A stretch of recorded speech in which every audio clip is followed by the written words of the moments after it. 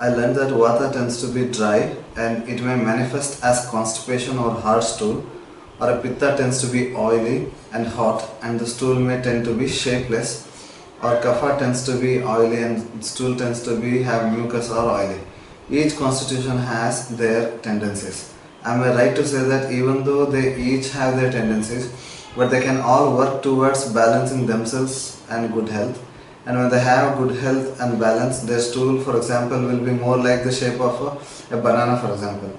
And a healthy Vata will not look dry, and a healthy Kapha will not look like she is having water retention. You can clarify this based on Prakriti. So basically, Costa.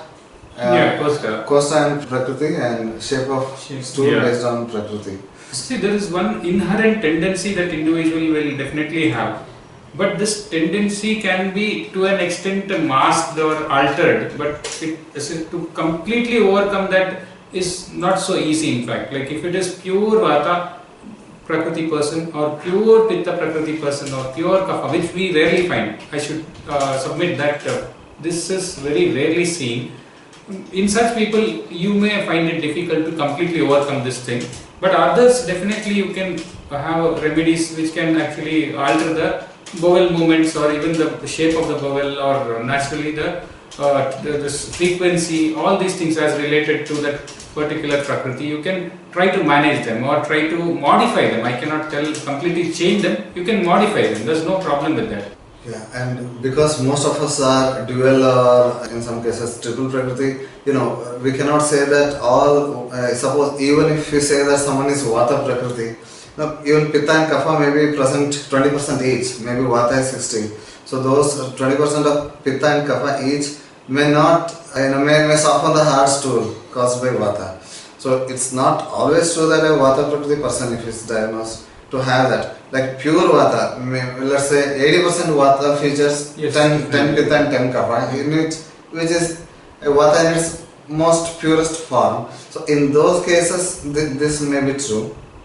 And normally, if it is not pure Vata or pure Pitta, pure Kapha, then these pure stool symptoms may not arise. May not arise. Just that if a Vata Prakriti person is there and he indulges in Vata activity, for example, eating a lot of spices and all, then it may lead to severe Vata aggravation. Then you come across this differentiation. Otherwise, right from his birth, he is used to that kind of nature, and then naturally it doesn't look abnormal for him. Yes. Quite naturally, that particular, in fact, in the text also he mentions that it is Vishayaneva Vishakrimi, like that dosha though resides in particular proportion, it doesn't harm that individual. It is by default that he has it, therefore it doesn't really cause much of a trouble to him. Yeah, so when the causative factors are there for that dosha Prakriti, then it may escalate very quickly and then he may have the pathological symptoms that you have. He is more prone naturally to that particular thing. That's why you see the word itself is self-explanatory. That is, we are talking about Prakriti. That means normalcy. That's naturalness. Okay. Vikriti is the deviation from this.